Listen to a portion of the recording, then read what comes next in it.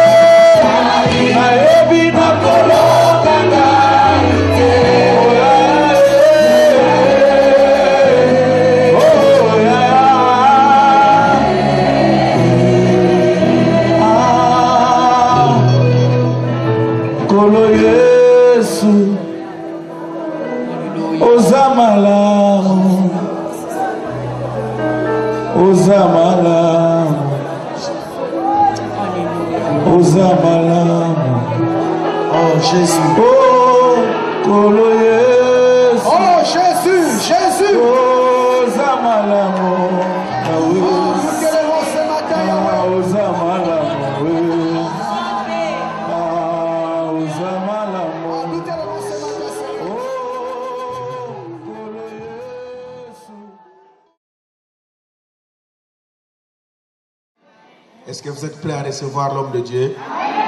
J'appelle le docteur Mustapha. Quand il s'avance, nous acclamons très fort le Seigneur. Acclamons très fort.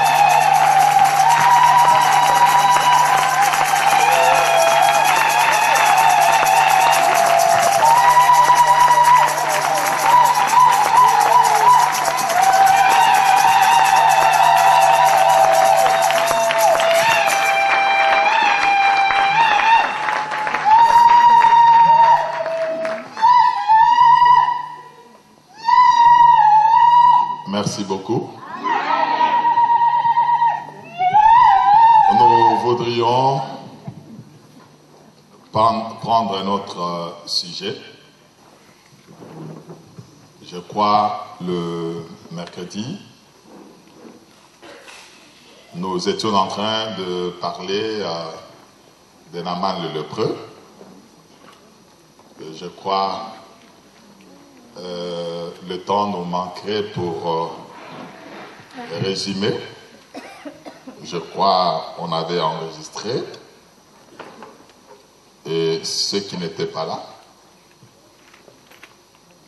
ils peuvent se renseigner auprès des autres. C'est comme ça que moi et le pasteur, nous avions grandi. Quand on manquait à un culte, on cherchait à comprendre qui avait prêché, qu'est-ce qu'il avait dit, et on demandait les versets. On allait exclusivement à l'église pour écouter la parole. On n'avait pas besoin d'autre chose si ce n'est que la parole. C'est la raison pour laquelle nous continuons à garder cette discipline-là, parce que c'était une bonne discipline. Je crois toujours que celui qui prêche la parole est un prophète, et que ceux qui écoutent également sont des prophètes.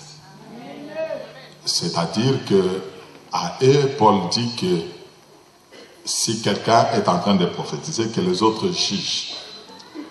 Le principe du jugement, on demande toujours des témoins oculaires, qui ont vu les événements quand ça s'est déroulé. Là où il y a eu commission d'infraction, on appelle des témoins, à charge ou à décharge. C'est la raison pour laquelle quand nous disons quelque chose, nous allons recourir toujours à la parole de Dieu pour attester la véracité des choses que nous allons dire. Est-ce que vous êtes avec nous? Amen. Ce principe étant établi, je prends un texte que nous pouvons réciter par cœur pour que ça ne pose pas trop de problèmes de gymnastique. Je suis dans Jean chapitre 5. Je crois qu'il s'agit de la piscine de Bethesda. Je fais la lecture. Comme ça, ça nous permettra d'avoir le texte devant nous. Ensuite, nous allons comprendre le pourquoi des actes du Seigneur et tout ce qui entoure cet événement-là. Après cela, il y eut une fête des Juifs et Jésus monta à Jérusalem. Il monte à Jérusalem, pourquoi? Parce qu'il y avait une fête. Nous disons que Jésus vient accomplir. Il dit, la loi, les psaumes et les prophètes ont parlé de moi. Chaque fois qu'il posait un acte, c'était seulement pour venir accomplir ce qui a été prédit, ce qui a été dit par les prophètes dans l'ancienne alliance. C'est pourquoi il va dans cette fête-là. Au lieu d'entrer dans la ville, parce qu'on nous dit qu'il monta à Jérusalem. Le verset 2, on nous dit, or à Jérusalem, près de la porte des brebis, il y avait une piscine qui s'appelait en hébreu Bethesda, qui a 5 portiques. On trouve une piscine, certaines versions disent un réservoir, qui n'était pas dans la ville. Vous comprendrez que la ville de Jérusalem avait une muraille, et cette piscine-là se retrouvait hors de la ville. La voie d'accès dans la ville, c'était la porte des brebis. Vous Parisiens, vous comprenez, quand on dit la porte de ceci, la porte de ceci, c'est une porte qui mène. C'est-à-dire la piscine est hors de la ville, et il y avait une porte qu'on appelait la porte des brebis. c'est là où on prenait tous les troupeaux pour le sacrifice. Le temple était à proximité de cette porte-là. Et au-delà de la ville, il y avait alors cette piscine de Bethesda. Bethesda qui signifie seulement maison de miséricorde. Alors, dans la construction, il est dit qu'il y avait 5 portiques. Le portique ici, qu'on comprenait par galerie, c'est-à-dire il y a des poteaux, un couloir là, mais il y en avait 5. Pourquoi seulement cette piscine-là devrait avoir 5 portiques? Et des malades venaient se coucher en grand nombre. Il est dit au verset 3, sous ces portiques étaient couchés un grand nombre de malades. Et on commence l'énumération. Il ne s'agit pas de fièvre typhoïde ou de malaria. Peut-être que vos enfants me poseront la question, fièvre typhoïde c'est quoi? Malaria c'est quoi? Je n'ai pas la maîtrise des maladies des pays tempérés. Peut-être c'est le cardiaque et autre chose. Comprenez que nous sommes des villageois, nous venons tout droit de là-bas. C'est pourquoi nous pouvons parler de malaria et de typhoïde. Ça va? Pas parce que vos enfants sont des peuples à questions. Ils posent toujours des questions. Il faudrait les expliquer. Sous ces portiques étaient couchés un grand nombre des aveugles.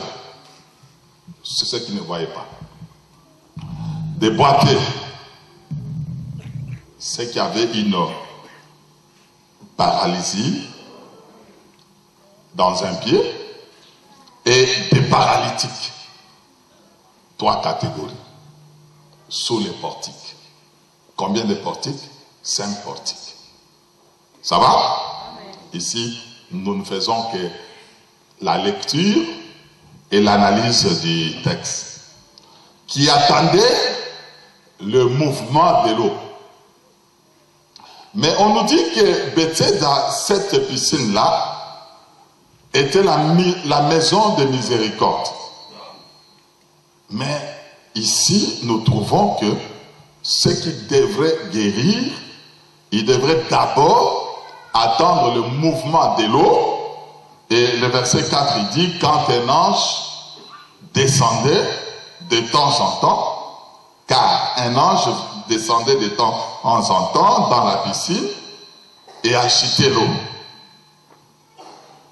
Quand il agitait l'eau, et celui qui y descendait le premier, après que l'eau avait été agitée, était guérie, quelques fit sa maladie. Là, il y a une contradiction. Bethesda, maison de miséricorde. Ici, on appelle l'effort. C'est-à-dire que n'importe qui, si tu es fort, il faudrait que tu puisses te jeter. Le premier alors, après que l'ange ait agité l'eau. Il y a une contradiction que nous venons de relever. Là,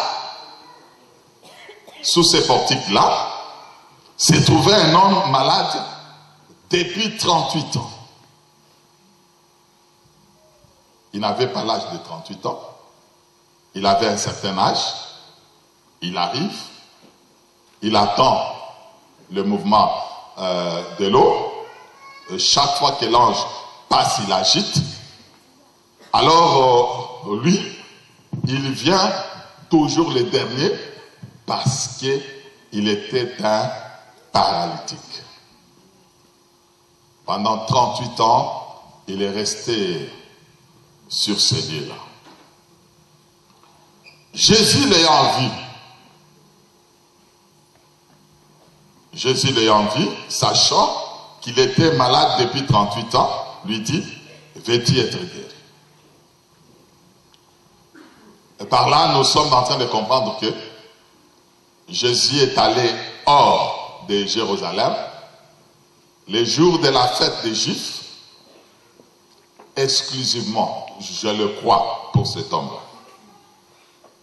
Il a fait un déplacement, exclusivement, hors de la ville. Exclusivement pour cet homme, parce qu'il avait vu, il savait déjà. S'il ne pouvait pas le savoir, il ne serait pas Dieu.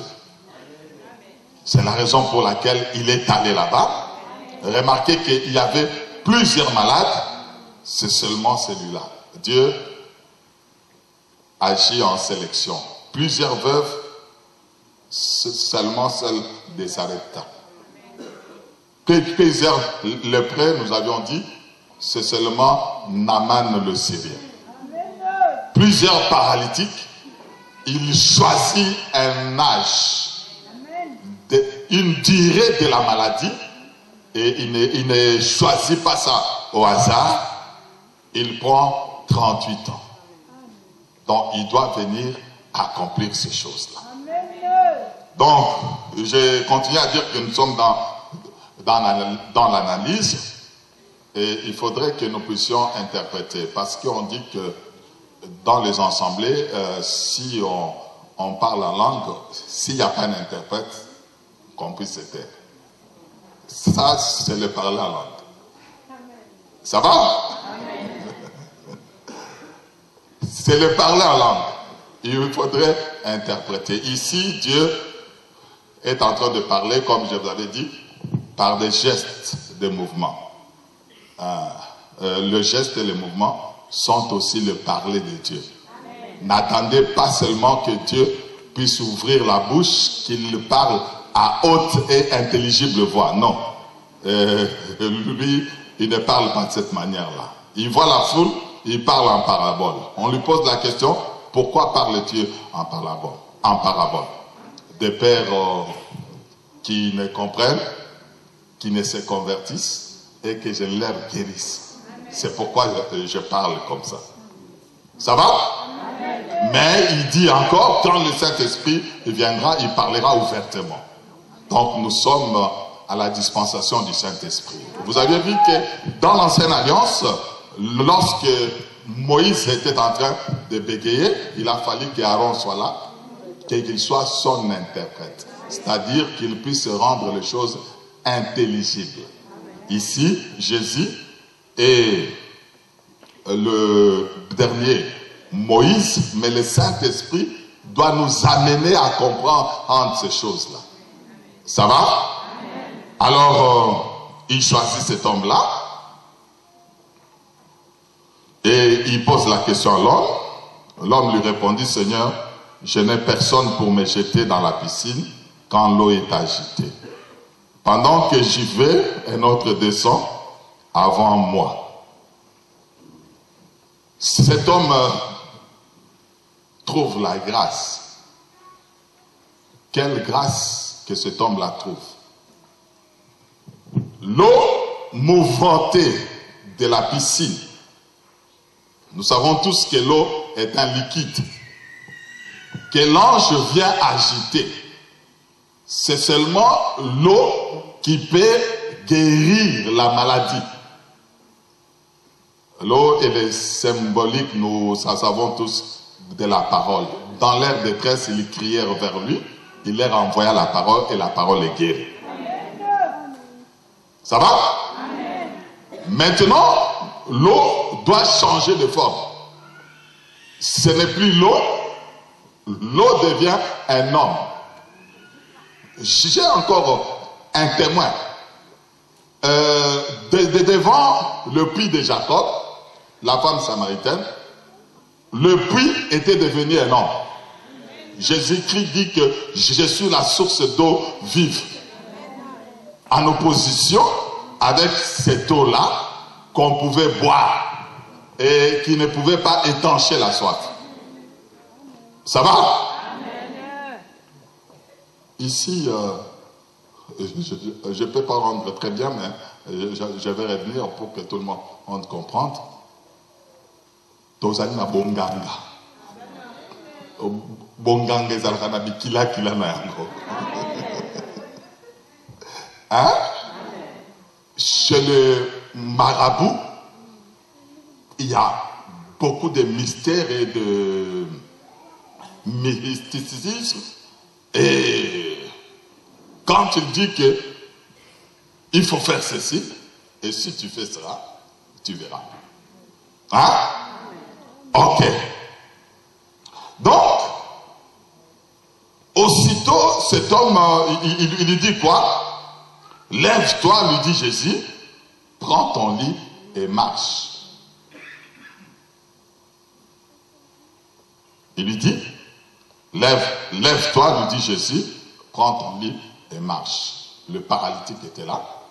Il attendait le mouvement de l'eau de l'ange parce qu'il n'était pas fort. Il était devenu faible. L'eau se transforme maintenant. Devient un homme. Et l'eau va vers l'homme. Ceux qui ont un esprit cartésien, ils ne peuvent pas comprendre comme ça. Hein? Comment l'eau peut devenir l'homme? Est-ce qu'il ne nous raconte pas de bobards? Non, c'est comme ça avec Dieu. Dieu peut prendre n'importe quelle forme. Les rochers, on frappe, l'eau sort. Et tout le monde doit boire dans cela. Et après, Dieu interprète, il dit que les rochers que vous aviez vus là-bas, c'était Christ. Et l'eau qui sortait là, c'était la parole. Ça va? Quand on dit au commencement était la parole. Si vous voyez, au commencement là-bas, il y avait l'eau. Ça va? Est-ce que vous êtes avec nous? J'ai beaucoup de témoins pour vous convaincre. Beaucoup de témoins. Alors, nous avançons. Il lui dit, lève-toi. Première action. Prends ton lit et marche. Quelqu'un qui n'avait pas encore la force, on lui dit de se lever. Il se lève, il prend le lit, il commence à marcher. C'est là où il aura de problème. Aussitôt cet homme, il prit son lit et marcha. Nous voudrions dire que à cette époque-là, ce n'était pas des lits métalliques, c'était des lits en bois. Et il commence à prendre ce bois-là. Il était en train de marcher avec ça. C'est là où il y a le problème. C'était un jour de sabbat. Les Juifs lui dirent donc à celui qui avait été guéri, c'est le sabbat, il ne t'est pas permis d'emporter ton lit. Il vient de commettre une infraction. C'est-à-dire qu'il vient de violer le sabbat. Pourquoi Jésus lui avait dit de prendre le lit? C'est à dessein qu'il lui dit cela. Il veut accomplir quelque chose, il veut provoquer les Juifs. Au lieu que cet homme-là de 38 ans, qui a été trouvé en flagrant délit d'infraction parce qu'il portait avec lui les lits, quelque chose qu'on commence à changer maintenant. Il a répondu, celui qui m'a guéri m'a dit, prends ton lit, marche. Il lui demandait, qui est l'homme qui t'a guéri, prends ton lit et marche. En Israël, on ne pouvait pas aller poser ce genre de questions-là. C'est toi qui portes les lits, le bois, le jour du sabbat, et c'est toi qui violes. Pourquoi on doit aller chercher? C'est celui qui t'avait ordonné de porter les lits. Vous êtes avec nous? Mais celui qui avait été guéri ne savait pas qui c'était, car Jésus avait disparu de la foule qui était en ce lieu-là. Depuis, Jésus le trouva dans le temple et lui dit, « Voici, tu as été guéri, ne pêche plus, de peur qu'il ne t'arrive quelque chose de pire. » L'homme se retrouve maintenant dans le temple. J'avais dit que le temple était à proximité de la porte des brebis. La piscine était hors de la ville. Il quitte là-bas, il entre dans le temple. Il ne connaît pas l'identité de la personne qu'il avait guérie, mais Jésus vient se révéler, non pas en dehors du temple, lui il se révèle seulement dans le temple. Ça va? Or, en se révélant comme ça, il sait pertinemment bien que il venait de commettre un péché, nous disons une infraction, en ordonnant au paralytique qui a été guéri de prendre son lit. Au lieu que cet homme-là puisse garder le secret, le verset 15, cet homme s'en alla et annonça aux Juifs que c'était Jésus qui l'avait guéri. Là, il est trahi. C'est, verset 15, c'est pourquoi les Juifs poursuivaient Jésus, parce qu'il faisait ces choses le jour du sabbat. Il venait de violer le sabbat, et d'après la loi de Moïse, celui qui viole le sabbat, il doit mourir. Je prends la loi. Je crois que la démarche est bonne jusque-là. Ok. Le ministère sert à faciliter les choses, à donner la compréhension des choses spirituelles. Nombre 15, verset 32 jusqu'à 36. Nombre 15, 32 jusqu'à 36. Comme les enfants d'Israël étaient dans le désert, on trouva un homme qui ramassait du bois le jour du sabbat. Toute l'assemblée, les fit sortir du camp, les lapida, il mourra comme l'Éternel avait ordonné. Cet homme-là, son nom dans l'ancienne alliance n'était pas connu. Ça va? On pouvait dire que l'homme de 38 ans qui porte le lit en bois le jour du sabbat, c'était cet homme-là. Non, les Juifs savaient que ce n'est pas cet homme-là. Cet homme-là s'identifiait parce qu'on s'identifie à son lit, que le lit conjugal soit exemple de toute souillure. Donc l'homme s'identifie à son lit. Tel que nous sommes là, un chacun de nous garde jalousement son lit. Si tu trouves n'importe qui sur ton lit, tu seras énervé. Ça va? Alors, cet homme-là qui porte le bois, en réalité, cet homme-là était le bois. J'ai un témoin. Jésus, au moment où il allait sur le mont Golgotha, il dit, si on fait ceci au bois vert, qu'en fera-t-il de bois sec? C'est-à-dire que ces hommes-là étaient devenus des bois secs. Ça va? Est-ce qu'on se comprend? Donc, c'est la raison pour laquelle les Juifs savaient que le bois que cet homme est en train de porter là, en réalité, le coupable doit être Jésus. Et comme il a été prophétisé dans l'ancienne alliance, que l'homme qui viole le sabbat, il devrait être tué hors du camp. c'est la raison pour laquelle vous avez vu Jésus mourir hors du temps. Ça va? Ok, nous sommes en train d'avancer. Revenons à nos moutons. Et qu'est-ce qui se passe alors avec cette piscine-là? Nous comprenons que cette piscine était symbolique. Dieu est en train de dribbler.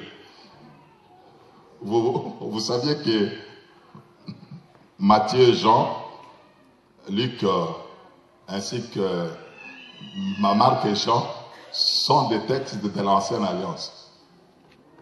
Non, hein? Aïe, aïe, aïe. La nouvelle alliance était inaugurée par le sang, comme la première alliance par le sang. Ne suivez pas cet ami théologien qui classe là dans la nouvelle alliance. La nouvelle alliance commence avec les actes des apôtres. Merci pour la compréhension. Ça va? Alors, il vient dans l'accomplissement. Une piscine avec 5 portiques.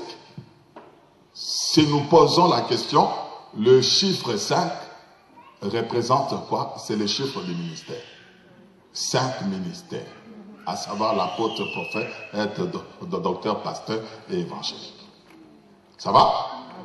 Et des hommes doivent être sous la garde de ces 5 portiques-là, particulièrement des boiteux, ceux qui ne savent pas très bien marcher, des paralytiques, ceux qui ne peuvent pas marcher, des aveugles, ceux qui ne voient absolument rien. Les refuges, ce sont les 5 portiques. Amen. Et dans l'Ancienne Alliance, vous remarquerez que quand Moïse vient avec le ministère, il vient avec les 5 livres. Il parle comme un prophète, comme un apôtre, comme un docteur, comme un pasteur, comme un évangéliste. Les temps nous manquerait pour faire le parallélisme de chaque livre. Ça va? On nous dit que l'Ancienne Alliance a été communiquée par l'ange. L'ange, c'est le messager. Dans la loi, on exigeait seulement l'effort. Celui qui mettra ces choses en pratique vivra par elles. C'est ce que déclare la parole. Si tu mets les choses en pratique, tu as la bénédiction. Il n'y avait pas de miséricorde. Là-bas, on exigeait l'effort. Pour être guéri, être béni, pour prospérer, il a fallu seulement mettre la loi en pratique. Et ceux qui étaient faibles n'avaient pas droit de citer dans la bénédiction. Ça va? Le temps de la miséricorde est arrivé. Jésus est venu le jour du sabbat. Pour dire au sabbat ceci que toi, tu n'as pas accordé les repos aux gens. Et il dit que le Fils de l'homme est le maître du sabbat. Le sabbat a été créé pour l'homme et non pas l'homme pour le sabbat. C'est-à-dire que l'homme ne fournisse pas l'effort pour respecter le sabbat. Au contraire, le sabbat a été créé pour que l'homme puisse trouver du repos. Mais le jour n'a pas apporté du repos. Et les jours, Dieu change le jour, il dit que le repos maintenant, c'est dans le nom de Jésus-Christ. Mais qui peut se reposer? Ce n'est pas le chargé seulement. Il faudrait qu'il soit chargé et fatigué. Parce qu'il y a une différence. Pour qu'on puisse se décharger, on doit être chargé et fatigué. Parce que si on n'est pas fatigué, on ne peut pas se décharger.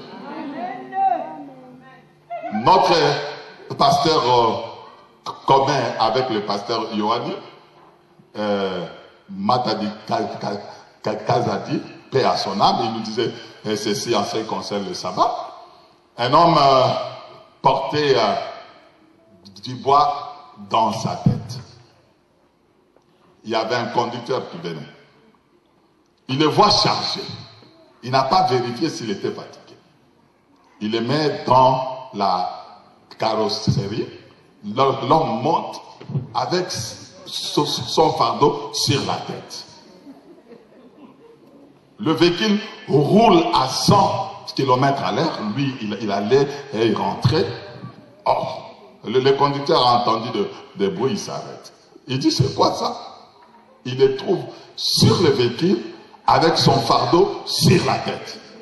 Il lui dit, messieurs, descendez ici. Non, non, non, excusez-moi, j'ai un grand fardeau. Amène-moi à destination. Il dit, non, je croyais que tu étais fatigué. Mais comme tu es chargé et que tu n'es pas encore fatigué, continue ton chemin. Amen. Ça va? Il y en a beaucoup ce matin comme ça.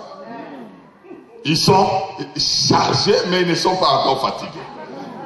S'ils étaient fatigués, ils pouvaient se décharger.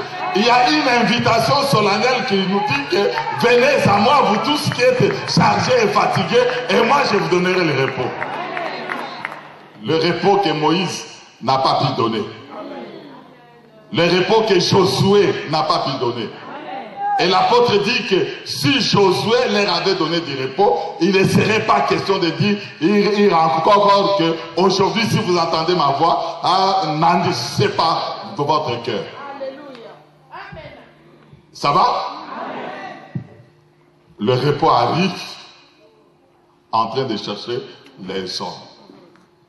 C'est seulement celui qui était couché là. Amen. Il avait quel âge depuis qu'il s'était couché là-bas? 38 ans. Nous posons encore la question à Moïse. Qu'est-ce que signifie 38 ans? Moïse nous répond dans Deutéronome. Je vous apporte des témoins.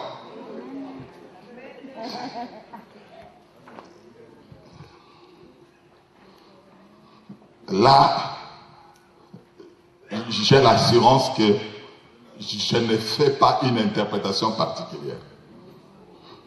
Je verrai le ciel en tout cas. Deutéronome 2, 13, 2, verset 13 jusqu'à 15. Prophète Moïse, dis-nous un peu. Les 38 ans représentent quoi? Il dit, maintenant, levez-vous et passez le torrent des Zérek. Nous passons le torrent des Zérek. C'est Dieu qui dit. Le temps que durèrent nos marches de Kadesh Barnéa au passage du torrent des Zérek firent de 38 ans. Il nous explique maintenant pourquoi les 38 ans. Dieu dit jusqu'à ce que toute la génération des hommes de guerre ait disparu du milieu des camps comme l'Éternel leur avait juré. La main de l'Éternel était aussi sur eux pour les détruire du milieu du camp jusqu'à ce qu'ils eussent disparu. Oh, ça c'est un problème ça. Pourquoi Dieu n'aime pas les hommes de guerre? Parce qu'ils sont forts. Si ces hommes-là devraient les amener à la terre promise, à la promesse que Dieu avait donnée à Abraham, Isaac et Jacob, ils pouvaient s'attirer toute la gloire. Pour dire que vous voyez, par notre force et effort, que vous êtes entrés ici. Pour quitter de l'Égypte à Canaan, on pouvait prendre un chemin de 3 jours. Mais Dieu les avait amenés en pérégrination pour les tuer tous. Pourquoi? Parce que Dieu n'aime pas la force. On pose la question d'une manière intelligible. Les 38 ans, c'est quoi? C'est pour que Dieu puisse détruire la force, les hommes de guerre, les hommes forts, pour que seulement les faibles puissent entrer. Notre Dieu est un Dieu de faiblesse.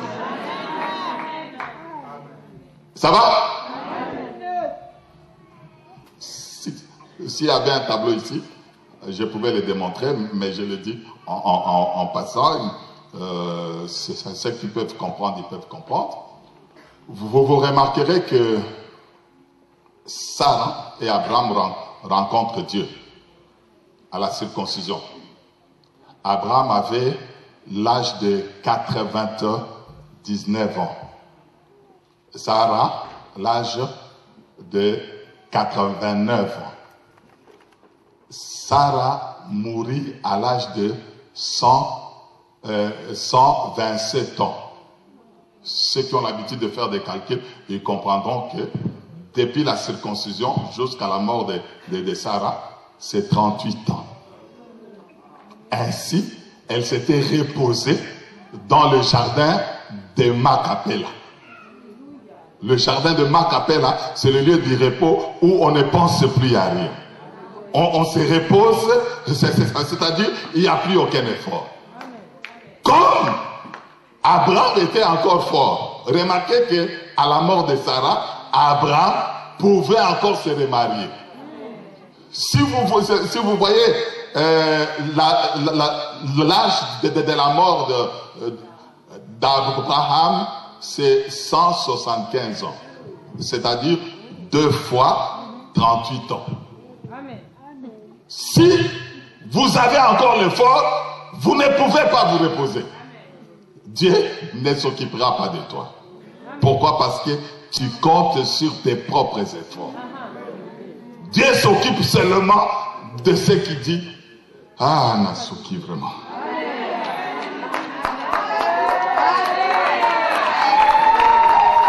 Je suis arrivé à la fin. Je ne sais plus quoi faire. Les médecins ne peuvent rien contre cette maladie. J'ai introduit des demandes par-ci, par-là.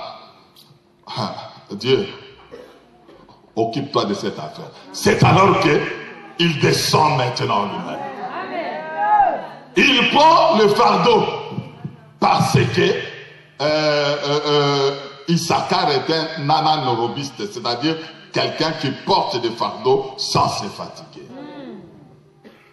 Et il est venu justement pour ceux qui sont chargés et fatigués. Si tu ne te fatigues pas, tu continueras ton chemin avec ton fardeau. Mais si tu commences à changer le langage, si Dieu le veut, qu'il plaise à Dieu. Si tu commences à changer le langage, c'est alors que lui intervient. Mais si tu comptes sur tes relations, ton intelligence, ta beauté pour avoir le mariage, si tu comptes sur tes atouts, tes capacités, lui, il n'interviendra pas. Il te regardera d'abord. Watchmeni, un prédicateur coréen dit ceci. Ils étaient dans un bateau que quelqu'un a fait le naufrage. Il s'est débattu là dans l'eau. Et on a vu un maître nageur qui pouvait le sauver. Et on a crié au secours à ce maître nageur là. Et le maître nageur, il regardait l'eau. Jusqu'à ce qu'il commençait à boire de l'eau. Et il était fatigué. Et le maître nageur a plongé pour le récupérer assez facilement. On lui pose la question. Pourquoi tu es intervenu aussi tardivement comme ça? Il dit non, je suis intervenu à temps. Si je m'étais plongé avant, quand il était fort, il pouvait me prendre et on pouvait aller avec lui. Mais comme il était fatigué, je pouvais le récupérer assez facile. Est-ce qu'il y a quelqu'un qui est fatigué? Il y a quelqu'un qui est chargé et fatigué cet après-midi? Si tu étais seulement chargé et que tu n'étais pas fatigué, je te donne une adresse. Jésus-Christ, le sabbat véritable, qui est mort effectivement hors du temps, pour nous demander de quitter hors de Jérusalem et entrer dans Jérusalem, entrer dans le temple, et nous sommes appelés gens de la maison de Dieu. Et étant devenus gens de la maison de Dieu, c'est-à-dire du temple, nous avons maintenant la révélation, parce que Dieu n'exauce que dans le temple. Et Moïse avait dit que Salomon avait dit que quiconque regardera la direction du temple, qu'il soit exaucé. S'il a commis des péchés, qu'il soit pardonné. Aujourd'hui, ce temple-là n'est plus à Jérusalem, parce qu'il avait dit, détruisez ce temple-là, et moi je vais les relever dans 3 jours. Et dans 3 jours, le temple était devenu un homme.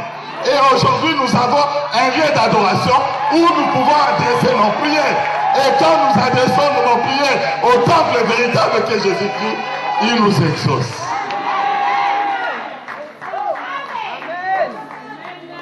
Ça va?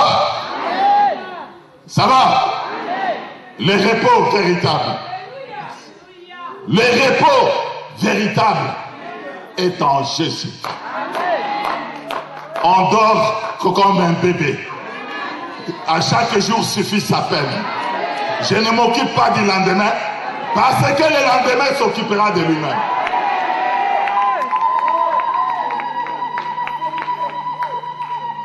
Ça va?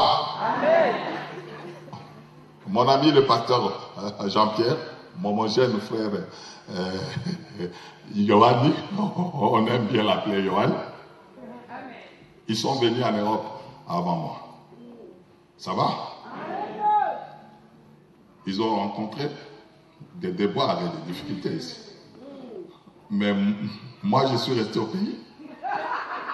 Celui-là est venu 32 ans avant moi. Yohann, je ne sais même pas à combien d'années ils sont venus. Des déboires. Mais moi, je suis venu au temps de Dieu. Au temps de Dieu, pourquoi? Parce que quand Yohann était arrivé, qui pouvait l'amener dans un véhicule? Lui, il m'a amené là, jusqu'aux Champs-Élysées. Sans effort. Sans effort. Mais je viens 33 ans plus tard. Sans effort. Je prêche. Est-ce qu'eux, ils pouvaient prêcher comme ça quand ils étaient venus? Absolument pas. Je viens, je ramasse des chaussures, je ramasse des téléphones, tout comme ça. Je dis seulement que je ne suis pas accoutumé aux feuilles vertes là. Et je rentre pour aller manger du foufou chez moi. Ça va? Donc Dieu n'arrive jamais en retard. Il vient au temps convenable. C'est pourquoi il est dit, au temps convenable, il nous a exaucés. Il ne peut qu'exaucer au temps convenable. Ne t'occupe pas de la ménopause. C'est une fabrication des hommes. Sarah avait dépassé la ménopause. Abraham n'était plus à l'âge d'accoucher. De féconder, pardon, parce qu'il s'agit d'un homme. Mais quand Paul regarde la foi d'Abraham, il dit que Abraham ne considéra pas. Mais il regarda la fidélité de celui qui a fait la promesse. Parce que celui qui a fait la promesse a la possibilité d'appeler à l'existence des choses qui ne sont pas comme si elles étaient.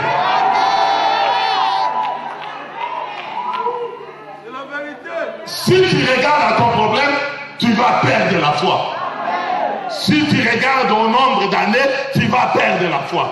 Mais considère la fidélité de celui qui a fait la promesse, parce que lui appelle à l'existence des choses qui ne sont pas comme si elles étaient. Il peut dire aujourd'hui que la lumière soit, et la lumière vient. Il fait des choses sans le conseil d'aucune personne. C'est pourquoi je vous dis que vous êtes sous le portique. Et restez là avec la maladie couchée. Un jour, il y aura le mouvement de l'eau. C'est-à-dire l'homme de Galilée, il sortira un jour pour venir alors te trouver là où tu es.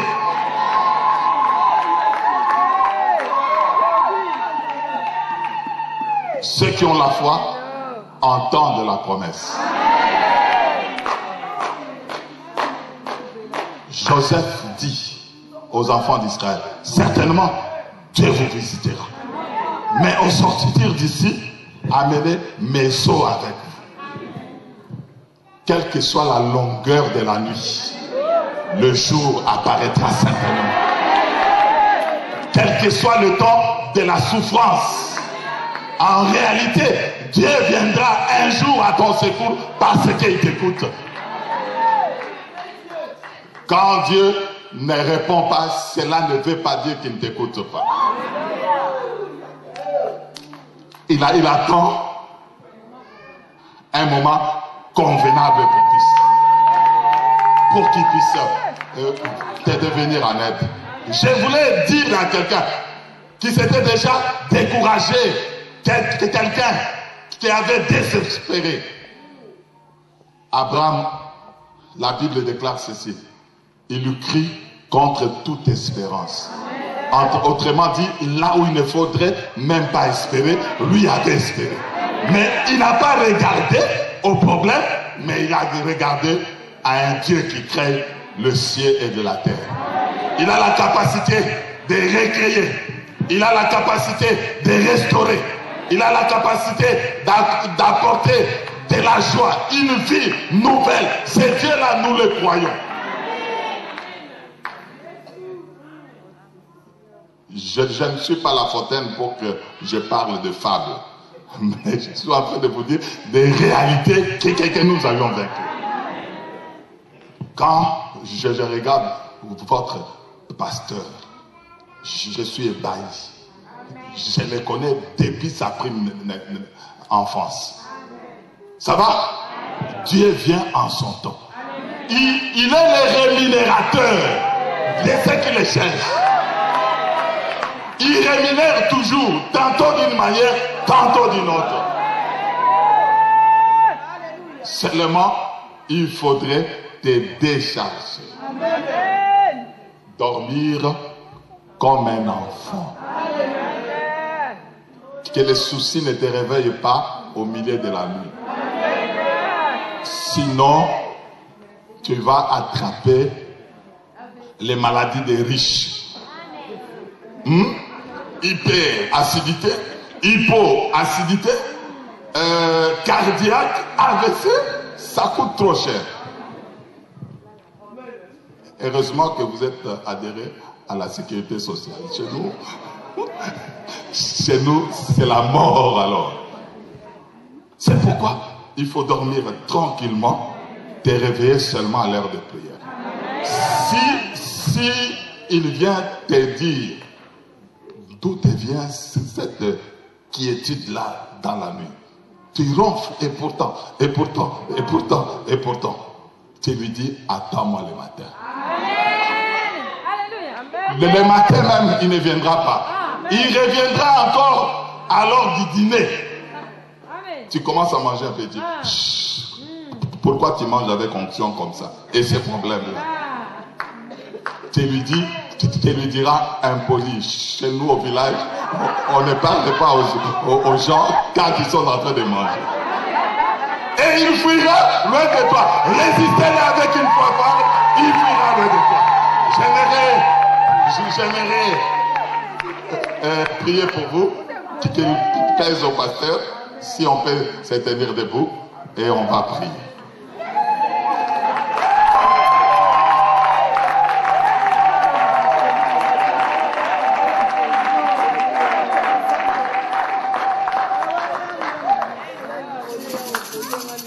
Tu connais tes fardeaux, tes problèmes, tes soucis.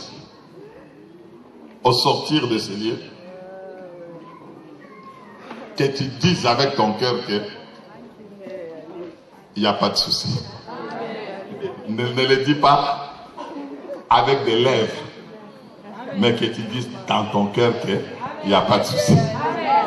Je vous ai trouvé ici, vous tous, vous dites il n'y a pas de souci, il n'y a pas de souci, il n'y a pas de souci. Et je croyais que réellement il n'y a pas de souci. Or, il y a des soucis. Ça va? Nos yeux fermés. Tu connais le fardeau. Tu élèves tes mains vers le secours qui ne manque jamais dans la détresse. Commence à parler maintenant. Parler, c'est décharge.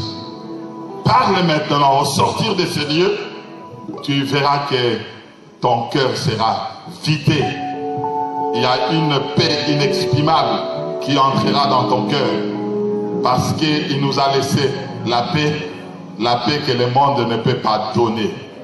L'argent ne donne pas la paix. Les enfants ne donnent pas la paix. Le travail ne donne pas la paix. La nationalité ne donne pas la paix. C'est Jésus qui donne la paix. Tu peux avoir toutes ces choses-là et tu es encore dans le tourment. Mais seul Jésus qui a la capacité de te décharger et de te donner la paix cet après-midi. Alléluia.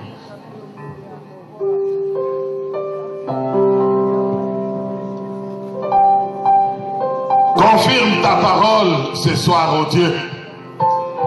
Confirme ta parole cet après-midi.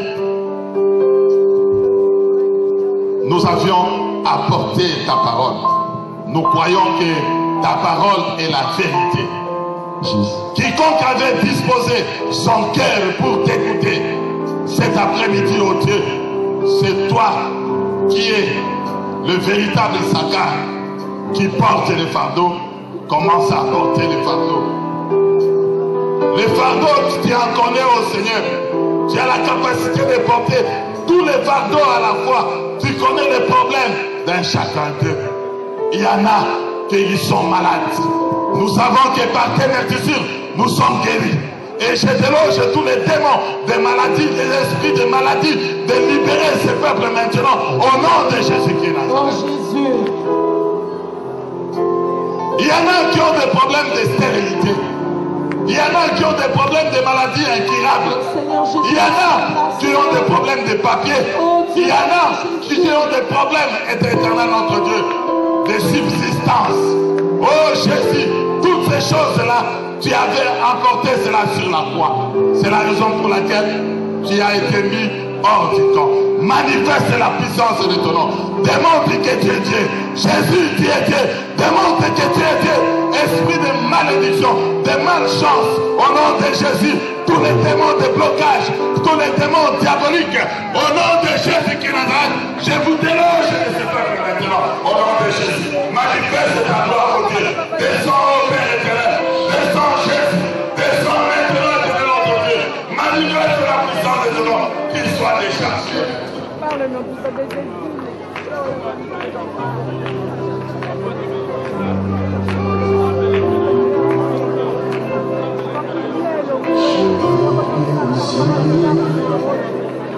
Le